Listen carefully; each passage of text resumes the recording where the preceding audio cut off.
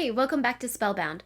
I'm BJ the Book Witch, and today we're going to be talking about the life cycle of a reader.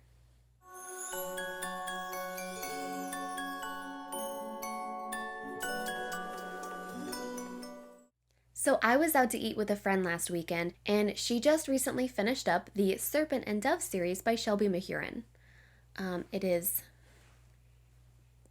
this series right here. Anyway, she loved it. But since then, she was telling me that she's been having the hardest time. She'll read like 50 pages in another book and then put it down. She keeps comparing everything she picks up to Serpent and Dove, and she can't seem to find another series that she really connects with. And I said, right, you're having a book hangover. And her eyes went huge and she was like, yeah, that's exactly what's happening. And I realized in that moment that not all readers might be in on the same inside jokes or nomenclature or shorthand that a lot of booktubers are or seem to be. So this episode is on the life cycle of a reader, everything from a book slump to a book blitz, and the book hangover. And in true BJ the Book Witch fashion, I have elixirs for each phase of the cycle. Let's start with the book slump. The book slump is when you're feeling burnt out. It's not a particular book that you're recovering from, but just the act of reading in general. This can be caused from reading too much in a short period of time, or pushing yourself to read a book or books that you don't really enjoy, or a book hangover that was never properly cured. Personally, I often experience a book slump after trying to participate in a readathon. I'm much more of a natural mood reader, so when I try to predetermine my books to match a prompt and then force myself to read them quickly, I always have a hard time for a while afterwards. The book slump feels sluggish and tired and like you can't get into the act of reading. And if you do, it doesn't feel enjoyable. The following elixir should help cure you of your book slump. 2 parts fantasy, 1 part romance subplot, 3 parts high-quality writing, and 1 part standalone.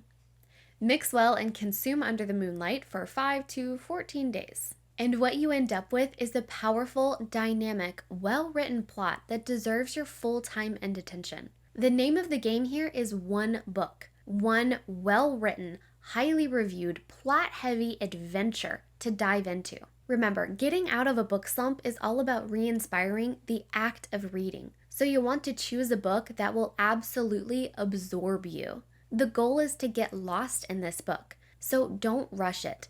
Don't force it. But do choose a book that is heavy enough to keep you in its world while you read. Some bookish recommendations include Little Thieves by Margaret Owen.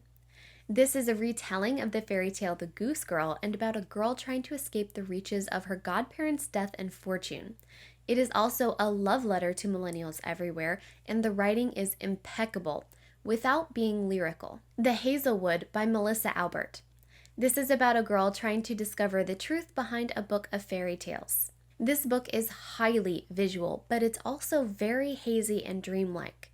So it requires a slow read so that you don't miss important moments or key details. The Invisible Life of Addie LaRue by V.E. Schwab. This is about a girl who makes a deal to live forever, with one catch: she can never be remembered. So this is about the journey that she takes to make lasting impressions on others within their lifetimes. This book has often been called slow, and perhaps it is. It does span literal centuries, but more than that, it's atmospheric, and it has staying power.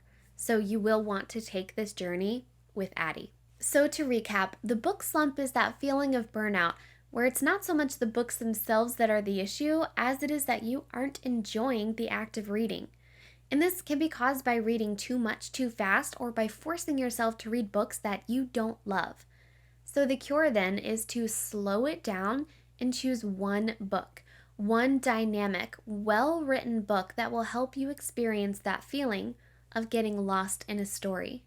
Now, if you take my elixir and my advice, you'll probably find yourself pretty soon in a book blitz. A book blitz is when you're really enjoying the act of reading. You're able to juggle multiple books simultaneously and even bounce in and out of different genres. This is a period when you're really vibing with everything that you're reading and you have a steady rhythm going. When you're in a book blitz, this is the perfect time to pick up those books that you want to have read but you don't actually want to read.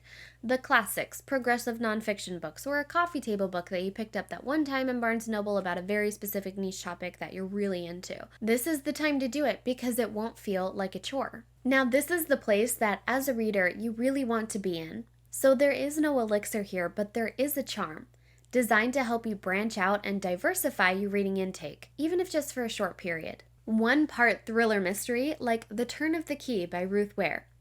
2 parts middle grade adventure, like Small Spaces by Katherine Arden or The Two Princesses of BAMARRE by Gail, Carson, Levine. 1 part nonfiction on race or social discourse, like The Color of Compromise by Jemar Tisby. 2 parts fiction depicting good female friendships, like The Witches of New York by Amy McKay or The Peach Tree by Sarah Addison Allen. 1 part speculative or horror fiction, like Dark Blood Comes from the Feet, and 1 part graphic novel about self-love and acceptance, like The Witch Boy by Molly Ostertag. If you're in a book blitz, by all means enjoy it. Read everything that you gravitate towards and are enjoying reading. But don't forget to slow down and take in some of those heavier, more plot-focused books too. But remember that doing so comes with a risk. Because when you find a book and a story that you love, and here I mean obsessed, like in fact love so much that you actually can't move on from it, you're experiencing a book hangover. A book hangover is when the world of a book that we've just read never really seems to fade away. You find yourself unable to escape that book world and move on. And sometimes that can be for really good reasons. It can be because you loved the book world so much that you don't want to leave it and nothing else can compare to it. For Elena, that was the Serpent and Dove series, and for me, my worst book hangover came from the Caraval series by Stephanie Garber. But it can also be for some other reasons, like maybe we just need to sit with our feelings after reading a book. And skipping this step can give us a book hangover. For me, I always need some time to sit with my feelings after reading authors like Neil Gaiman or Amy McKay. The issue here is not that you're having trouble engaging with the act of reading. You want to read a book and move on, but the previous book is still lingering. This is very much a book problem. So to help ease the effects of a book hangover, I have a book hangover elixir. 3 parts fast-paced plot, 1 part intrigue, and a dash of whimsy. The name of the game here is fast-paced. So if the issue here is that you're having trouble leaving one book world behind, then you need a book that will whisk you away as quickly as possible. This may not be your most well-written or your most dense or even like the best books themselves, but they will be enjoyable and they will move quickly. And I guarantee you that that will help cure your book hangover. And if you can find a book that is not only fast-paced, but also has an element that you enjoy, then that intrigue will help keep you committed to the book while you let the plot take you away. And finally, some sort of whimsical element can help lighten you up if you're feeling weighted down by the world of the previous book. And by whimsy here, I don't necessarily mean whimsical elements in the plot or the story. The touch of whimsy here can come from the writing itself. For example, in YA or YA fantasy, this can come across as tongue-in-cheek humor or self-aware sarcasm. Some book recommendations for easing a book hangover. The Shadows Between Us by Tricia Levenseller. This book is described as a Slytherin romance in which an ambitious young woman has one goal: to marry and kill the king. Sweet and Bitter Magic by Adrienne Tooley. This book is about a witch who teams up with an outcast to help break a long-standing curse. Daughter of the Pirate King, also by Tricia Levenseller. This is an extremely fun story about a pirate princess, basically, who commands her own crew of women pirates. Winterwood by Shay Earnshaw. This fast-paced mystery is about a teen who wakes up after a wild night of partying in the snowy woods to discover that someone has died. And finally, Punk 57 by Penelope Douglas. This romance is about 2 pen pals who meet in real life only to discover that they actually hate each other. The biggest mistake I see some readers making is that they want to cure their book hangover by rushing into another epic fantasy. But the thing is, the best epic fantasies are usually slow burn, and they take a bit of time to fall down into the worlds and wander around. So you're going to have a much harder time getting invested if you're still in the world of a different book. In my opinion, you need a lighter book with at least one element of intrigue that speaks to you, like pirates or snowy woodsy murder vibes or an enemies to lovers romance or Slytherin political intrigue to hook you, and then a faster paced plot to quickly move you forward. This one is not so much about getting lost in the next book as it is about enjoying the ride.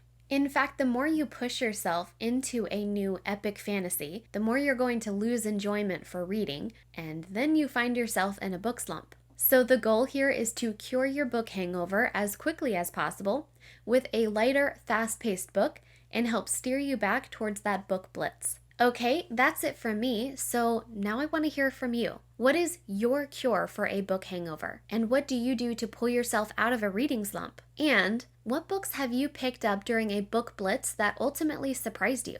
Let me know down below. And then if you liked this video, give it a thumbs up. And if you loved it, hit subscribe. And of course, there's always Instagram. Take care, and as always, happy reading!